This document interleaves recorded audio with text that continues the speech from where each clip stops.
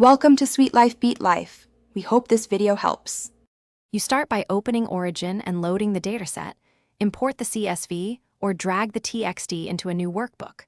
Once done, scan columns for NaN or extreme outliers and remove or flag them using filter rows so they do not skew smoothing. Next, create a simple line plot with error bars to visualize baseline noise versus signal.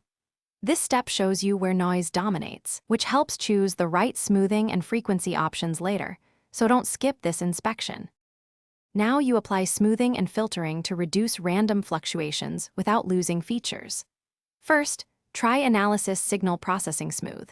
Savitsky-Gale preserves peaks, set window size between 5 and 21 points, and pick polynomial order 1 or 2. If periodic electrical noise appears, run FFT filter and notch the offending frequency, or apply a low pass to remove high-frequency hiss. Make sure to compare the smooth trace to the raw plot to confirm real signal is intact. Finish by correcting baseline drift and validating the clean signal. Use Analysis Baseline and Peak create baseline to subtract linear or adaptive background.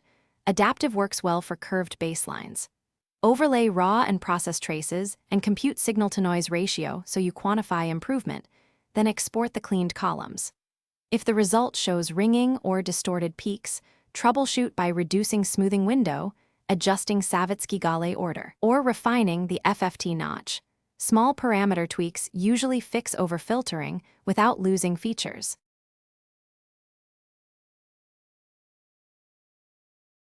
Thanks for watching. Consider subscribing if we helped you.